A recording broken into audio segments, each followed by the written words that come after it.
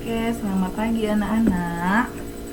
Hari ini kita masuk ke pembelajaran 2, yaitu menjelaskan simbol-simbol Pancasila dan pengamalan sila pertama sampai sila kelima. Nah, di depan kalian ada gambar. Gambar apakah itu? Gambar dari burung Garuda. Burung Garuda adalah lambang dari Pancasila. Nah, Garuda Pancasila adalah lambang negara Indonesia. Jadi, Garuda Pancasila ya adalah apa? Lambang negaranya kita, negara Indonesia.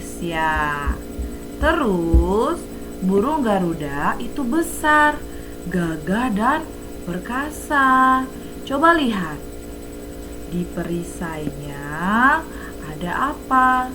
Perisainya itu memuat simbol dari sila-sila pada Pancasila. Kalian lihat nggak? Di sana ada kepala banteng, terus ada pohon beringin, bintang, ada rantai, ada padi dan kapas. Nah, katanya Pancasila ini adalah dasar dari negara kita. Anak-anak ingat nggak atau hafal nggak kalau setiap hari Senin kita mengucapkan Pancasila? Nah, anak-anak pernah nggak menghafal sila pertama itu apa, sila kedua itu apa, sampai sila kelima? Ibu rasa kalian pasti sudah hafal karena setiap hari Senin kita mengucapkan 5 Pancasila. Tapi kalian tahu nggak sila pertama itu gambarnya apa? Sila kedua itu gambarnya apa? Nah, ibu kasih tahu ya. Ternyata sila pertama itu ya, kalian lihat ya, ada gambarnya. Yang pertama itu gambar bintang. Apa? Ketuhanan yang Maha Esa. Yang kedua apa? Kemanusiaan yang adil dan beradab. Gambarnya apa? Gambarnya itu rantai warna kuning. Terus yang ketiga apa? Ada gambar pohon. Pohon apa? Pohon beringin. Apa? Persatuan Indonesia. Yang keempat, gambarnya kepala banteng. Kerakyatan yang dipimpin oleh hikmat kebijaksanaan dalam permusyawaratan perwakilan. Dan yang kelima itu gambar padi dan kapas, yaitu keadilan sosial bagi seluruh rakyat Indonesia. Nah, kalian buka buku Bupena 2A halaman 6 dan 7. Di sana sudah menjelaskan dari sila pertama sampai sila kelima. Katanya sila pertama itu ketuhanan yang Maha Esa. Jadi kalau ketuhanan Maha Esa, contoh dalam kehidupan sehari-hari apa? Ayo. Nah, ibu setiap pagi mengirimkan renungan dan kalian pun membaca renungan serta berdoa. Itu adalah contoh dari ketuhanan yang Maha Esa dalam kehidupan sehari-hari. Yang kedua, kemanusiaan yang adil dan beradab. Itu bagaimana? Nah, itu contohnya seperti kita di sekolah. Kalian pernah nggak meminjamkan pensil kepada teman kalian? Pasti pernah ya. Itu merupakan contoh dari kemanusiaan yang adil dan beradab. Terus apa lagi? Apalagi ya Bu Dina? Nah, ketika kita disuruh sama guru untuk tiket kelas, itu termasuk dalam kemanusiaan yang adil dan beradab. Yang ketiga, apa contohnya Persatuan Indonesia? Banyak contohnya. Contohnya saja seperti kita di sekolah juga anak-anak. Apa contohnya? Contohnya seperti kita ya. Bu Dina adalah dari suku Batak. Terus siapa lagi ya anak kelas 2B yang dari suku Batak? Misalnya nih Bintang dari suku Batak. Terus siapa lagi? Kasih dari mana? Dia dari suku Enggano. Nah, jadi kita bermacam-macam budaya dan suku. Terus apalagi? Bermacam juga bahasa.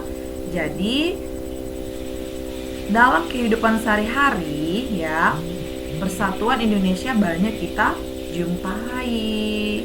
Terus sila keempat itu kerakyatan yang dipimpin oleh hikmat kebijaksanaan dalam permusyawaratan perwakilan. Contohnya apa lagi Bu Dina? Oh banyak. Contohnya juga kebanyakan kita ambil di sekolah aja ya. Misalnya nih, nanti kalau sudah masuk sekolah lagi, terus kita menentukan siapa yang jadi ketua kelas. Misalnya nanti ibu tunjuk nih Bagas jadi ketua kelas. Tapi ada tapinya.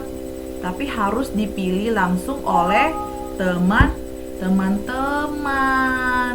Jadi untuk sila keempat, kerakyatan yang dipimpin oleh hikmat kebijaksanaan dalam permusyawaratan perwakilan itu terwujud dalam apa? Kehidupan kita di sekolah. Terus yang kelima, keadilan sosial bagi seluruh rakyat Indonesia. Apa contohnya anak-anak?